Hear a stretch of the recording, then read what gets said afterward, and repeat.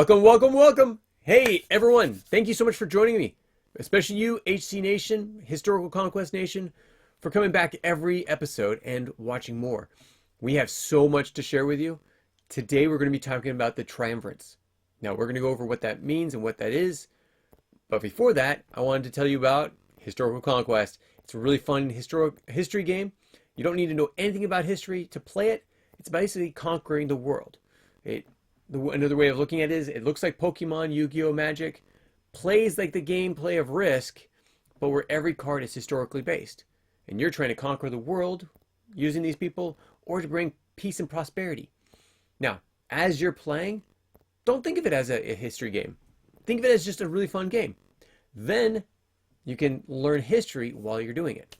And you'll learn a lot, a ton.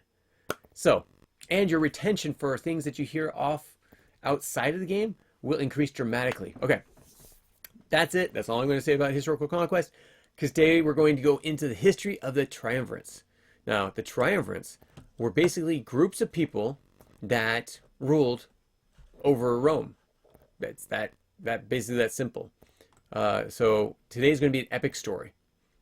This episode is about power, betrayal, ambition, and a lot of death. It's true. Okay. Basically, the first century of the Roman Republic. The final century of the Roman Republic.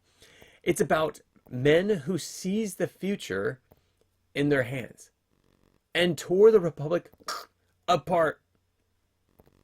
So, let's explore two things this time. We're going to be talking about the rise of the first triumvirate. That's Caesar, Pompey, and Crassus. And how their uneasy alliance basically gave into Julius Caesar's power. This is how Julius Caesar, Pompey, Crassus, becomes Julius Caesar. And then everyone else becomes a Caesar based off of Caesar's name. So, and then he basically was able to conquer Gaul, which is everything up north, and that basically challenged Rome itself. Now, interesting enough, a lot of people like to say mean things about Julius Caesar, and the Caesars took him by power, things like that. But the Senate was up to their own, was really very corrupt still, even at this point. Then we're going to be talking about the aftermath of Caesar's assassination, which was the second triumvirate. This was a civil war and final confrontation. There was a major confrontation between Octavian, which would become Caesar Augustus, and Mark Antony. Now, if you remember Mark Antony, if you've heard about him in the past, you know about Cleopatra and Mark Antony, this great love story. But there's so much more to it. Let's get into it. They're also going to have the Battle of Actium. Remember that name. That is a big one. Battle of Actium. Okay.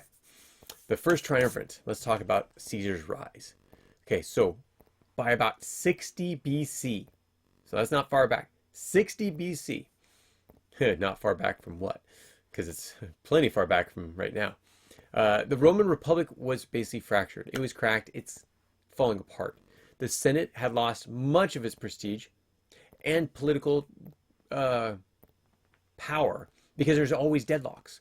It became a normal where they were split 50-50 and nothing could be passed. It became a power vacuum as well. And this power vacuum of the generals that would come in and take over power and such were basically replaced by three ambitious people. Julius Caesar, who was a charismatic populist with political skills. Pompey, the Rome's most celebrated general at the time. And Marcus Licinius Crassus, who was the richest man in Rome. Now, here's the interesting thing. Julius Caesar did not have a lot of money. He had a huge amount of debt.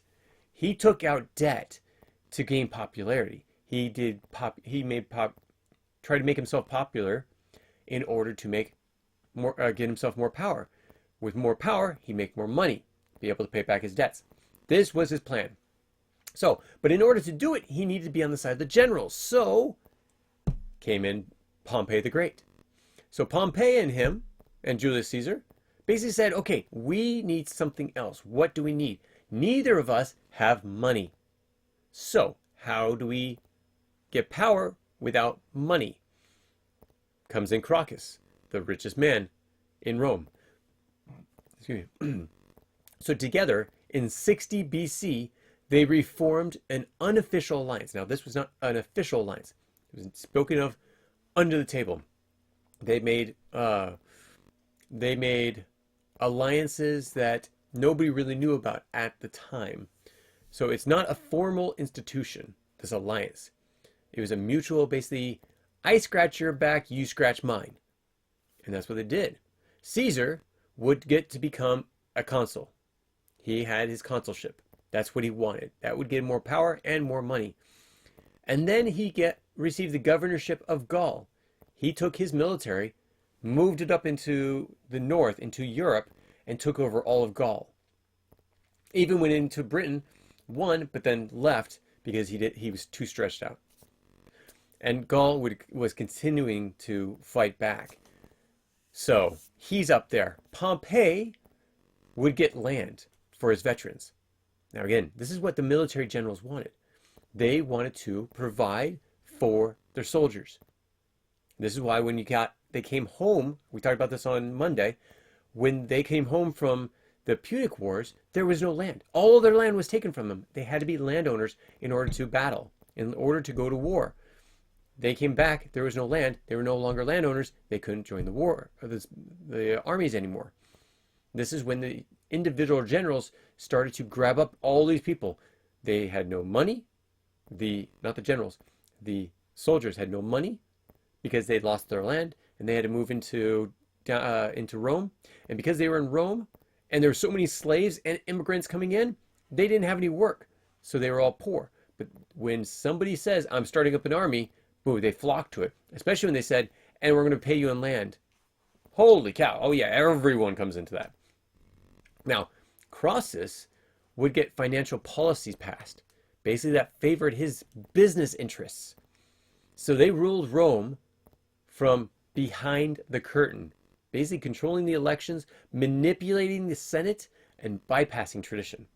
But this alliance was always very fragile. It held together only by mutual need, and Caesar's marriage to the daughter Julia. Now that's Pompey's daughter. He actually did that because he wanted to keep that alliance. Well, problem has it that once he went into Gaul, once Julius Caesar went up into Gaul and started taking over that land, you had Crassus and Pompey handling the affairs of home. Caesar was up north, and when he came down, and this is like France and Belgium, even going into Britain. So this is where he launched his most ambitious campaign in Roman history. I should actually say one of the most ambitious campaigns. He took over Europe. So Caesar basically owned all of Europe. One of the things that Napoleon wanted to do is he wanted to recreate basically what Julius Caesar was able to do. That's why he was trying to take over Europe. He wanted the empire that he did. So this is basically from 58 to 50 BC, Caesar fought and defeated numerous Gallic tribes. He crossed the Rhine River. Now, this is the river I was telling you about on, I think, last week. I'm sorry, on Wednesday. The Rhine River. It's a natural border for Rome. No Roman army, minus the generals that came in, so somewhat the same, but they didn't come in they didn't come over the Rhine. They were inside of Italy itself. He was the first one to bring his army back because his power was being taken advantage of by Crassus and Pompey. Those two were basically turning everyone against Julius Caesar. So Julius Caesar was not the enemy at this time. His two cohorts were. So those two basically stabbed him in the back without even stabbing him in the back, because that would be done later on by the Senate. Yeah. So even though he went through all these battles and such, even though he did so much for Rome, yeah, they double crossed him. So, and they were using propaganda. This is like the first use of real propaganda in history, in known history. They used this to make him, instead of a hero to the people, to make him an enemy. And so he had to do the same thing back. He had to gain his wealth back. He had to gain his glory back. And dangerously, he had to gain the loyalty of the legions back. And so he pushed his way back into Rome, crossed the Rhine River, and took over Rome again. Now, this balance of power broke in 53 BC, the balance of this triumvirate, when Crassus died. Again, Crassus was the moneymaker. He was the one that was funding all these things. And because of this, there was and Crassus actually, he died in battle against the Parthians. Now, he was not in, oh, actually, that's what it was. It wasn't Crassus, it was Pompey that was turning everyone against him. Crassus was actually out battling at the time. Now, remember, Crassus was a wealthy person. He was not a military guy. Pompey was the military guy, of which one of his campaigns was actually going into Jerusalem and taking it back from the Greeks. That's right. So he went down into Jerusalem, took it back from the Greeks. Later on, and he established Herod as the leader, as the king. And then later on, Herod was pushed out. Mark Antony is the one that would get him back, and we'll talk about that in just a few minutes. So tensions between Caesar and Pompey had grown dramatically. Julia and Caesar's daughter, and Pompey's wife, basically died in childbirth. Wait, what? Yeah. Julia, Caesar's daughter, of course, Julia died in childbirth, and so did his daughter. And Pompey's wife, they all died in childbirth, breaking the personal bond between them. Julia was no longer there to be the mediator between Pompey and Julius Caesar. The Senate increasingly became nervous about Caesar's popularity. They were losing their power because Caesar was becoming more powerful. And they leaned on Pompey to restore order. So in 49 BC, the Senate ordered Caesar to disband his army and to return to Rome. This is where oh no, it wasn't the Rhine River. The Rhine River was going up into Europe. But both are rivers. Instead of disbanding his army, he crossed over what was called the Rubicon River. It's the border of his province. He marched into Rome and declared, "The die is cast," which means civil war. Now, this is the civil war. You had Pompey, who was over the government, who was controlling basically the Senate and being controlled by the Senate. Pompey fled to Greece. He gathered up his loyal legions, those that were loyal to him, and he escaped. Rome is basically uncontrolled now. Well, Caesar did not want to take over Rome until he knew Pompey was gone, when he's dead. So, in 48 BC, at the Battle of Pharsalus, Caesar's smaller force, and it was smaller because Pompey had the legions with him, and a lot of the army that Caesar had was left up in Europe in order to keep the power up there. So Caesar's smaller group defeated Pompey.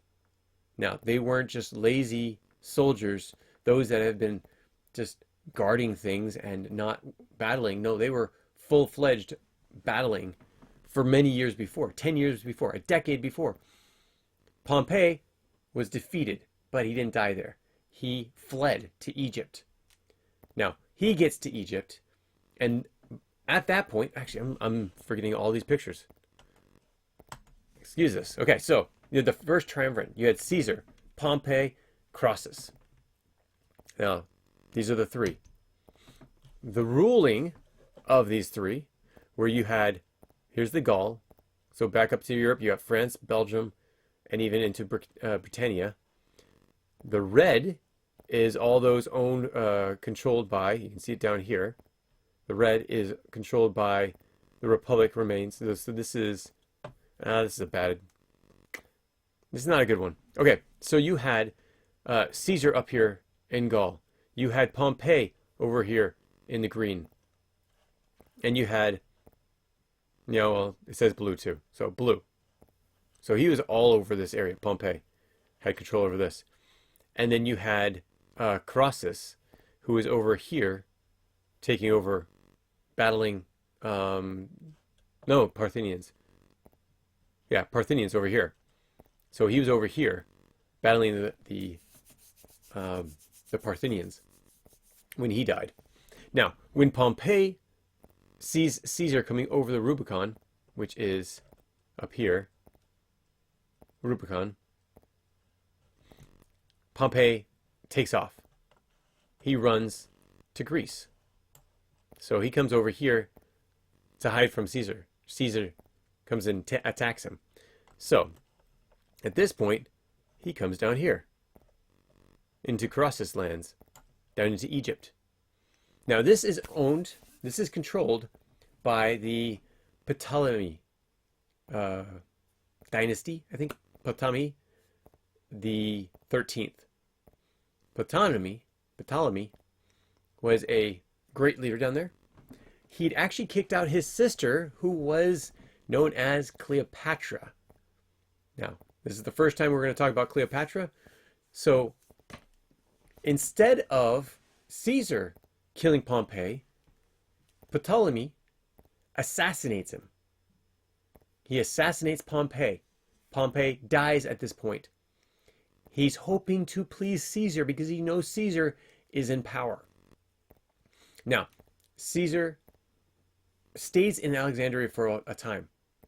While he's down there, this rug shows up at his house. You're like, what are you talking about? A rug shows up at his house. Yeah, a rolled up rug is delivered to his establishment where he's staying. When they unroll the rug, there's a woman inside. A very beautiful woman. Very decked out in gold and silver. This is Cleopatra. She creates a relationship with him. They go up into Rome, go back up to Italy, go back into Rome. And at this point, Caesar returns to Rome and becomes dictator for life. This is 44 BC. He enacts certain reforms. Redistribution of land to the veterans and the poor. Sorry, Senate, you don't have a say. Because Julius Caesar is going to kick your butt if you don't agree with this. Reorganized the calendar. He created the Julian calendar. And he expanded the Senate. He was going to put more of his people, his own people. It was already very large with his own loyalists, but he wanted more in there. But many senators feared he was becoming a king. He wore purple. Wait a minute. He wore purple? What did that mean? Being purple basically makes you king, ruler over everything. He wore the purple. And you'll hear about the purple a lot from basically this point forward. He accepted honors and he dismissed Republican traditions. So on March 15th, and remember, at this point, Cleopatra is still there with their child. Yes, she has a child with Caesar. March 15th, it's called the Ides of March. A group of senators led by Brutus and Cassius assassinate Caesar on the floor of the Senate. So he's there dictating his plans. He has a lot of loyalists, but what they don't know is Brutus and Cassius are there to kill him. They believed that they were saving the Republic, but more likely they wanted the power that was there. So they basically unleashed a second civil war, the next civil war. Now, interesting enough, so I just put a post out last week in this post, I basically listed the major civil wars that have happened in the world and the millions of people that died. The first two are in China. The next one is, I think, in Africa, and so on and so forth. Number 5 or number 6 was the Roman civil wars in the 1st century. From 100 BC to 0. These are all of these. In that time, a possible 1 million Romans died during that time. Now, what happens as soon as Caesar is killed? Well, Caesar was actually was teaching Octavian. Now, Octavian is a relative of Caesar. He's like a nephew. So after Caesar's death, power fragmented throughout the whole kingdom. His adopted heir, being his nephew, I think it was Octavian. And he quickly emerged as a force. How? He did the exact same thing as his uncle. Octavian allied with Mark Antony, Caesar's trusted general, and Marcus Lepidus. He was another loyal commander. All three two of them military leaders. I don't think Octavian was actually a military leader at the time. Though he was being trained in it, he was never really a military leader per se. So together they formed the second triumvirate. This time it was formal, legal institution with the powers to make laws, raise armies, and name enemies. Enemies of the state. Remember, this is the same thing. So, the first act, revenge. They issued prescriptions, which basically means execution orders for hundreds of senators and noblemen. Brutus and Cassius escaped with a lot of these senators into where? Into Greece again. So they ran east. But they were defeated in 42 BC at the Battle of Philippi. Now, Philippi, actually we were just looking at this, is over here. Okay, so there we go. Now we have, in power, we have Lepidus, we have Caesar, sorry, not Caesar, Octavian, Octavian or Octavius, but Octavian, and Mark Antony. So Mark Antony, these guys, Octavian, Anthony, Antony, and Lepidus. So these three were to rule Rome together and distribute land equally. So you had Lepidus, who basically controlled the purple. He was supposed to control what was happening in Italy. While Caesar, sorry, I keep saying that. Well, this isn't right. No, because Lepidus came over here. Lepidus had this area. Caesar took the center and not all this red. Man. Okay, so it's the year, but it's not right. So Caesar took the middle. Lepidus had the west. And Mark Antonio, had the east. Okay, so let's talk about some of these things. Now, soon after distributing power, what happened? Well, you had Octavian start wanting power. Another thing that happened, Lepidus was at war. Mark Antony at war. Mark Antony, though, came down to Egypt. Now remember, this is run by it's basically a province. They don't actually own or control it. But he falls in love with Cleopatra, Caesar's woman. Caesar's, I don't know if they actually married. Caesar's female, Caesar's woman. So, you had Lepidus, which is on the sideline. You had Mark Antony. He basically ruled the east. And Cleopatra the 7th of Egypt, she wanted all this land to be under her rule and under her kids' rules. So what they do? No, She had a love affair with him. Now, at the time, Mark Antony was actually married to someone up here in Italy. When he came back, he found out that she was unfaithful. And so he came back and made it official and married her. Now, whether they had kids before, I'm not quite sure. But this is actually a very important part. It's very interesting. So, remember Herod. Herod gained power thanks to Pompey. Pompey lost power. Herod lost power too. The tribes in the area took back Jerusalem. So Pompey says, I need land. So he goes up to the Senate. He says, I need land. I need forces to be able to take this over. The Senate says, yes, we should do that. So they give Mark Antony the permission to attack Jerusalem. But they don't give him the funding because Octavian said no. No funding to him. There was a power struggle going on. It started then. So Mark Antony says, fine then, I will find my own funding. And he goes to Cleopatra. Oh, Octavian does not like that at all. Does not like that at all. But he lets it go for a bit. So you have Cleopatra and you have Mark Antony. They send Herod back with an army and Mark Antony, and they take over Jerusalem. So this is around 30 BC, maybe a little bit later on. 35 BC, somewhere around there.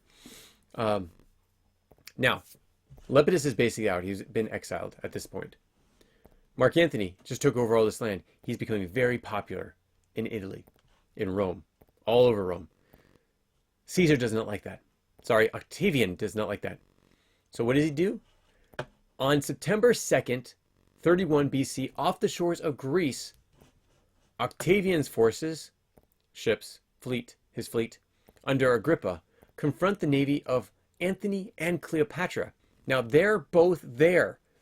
They come with 2 different ships and a fleet of other ships.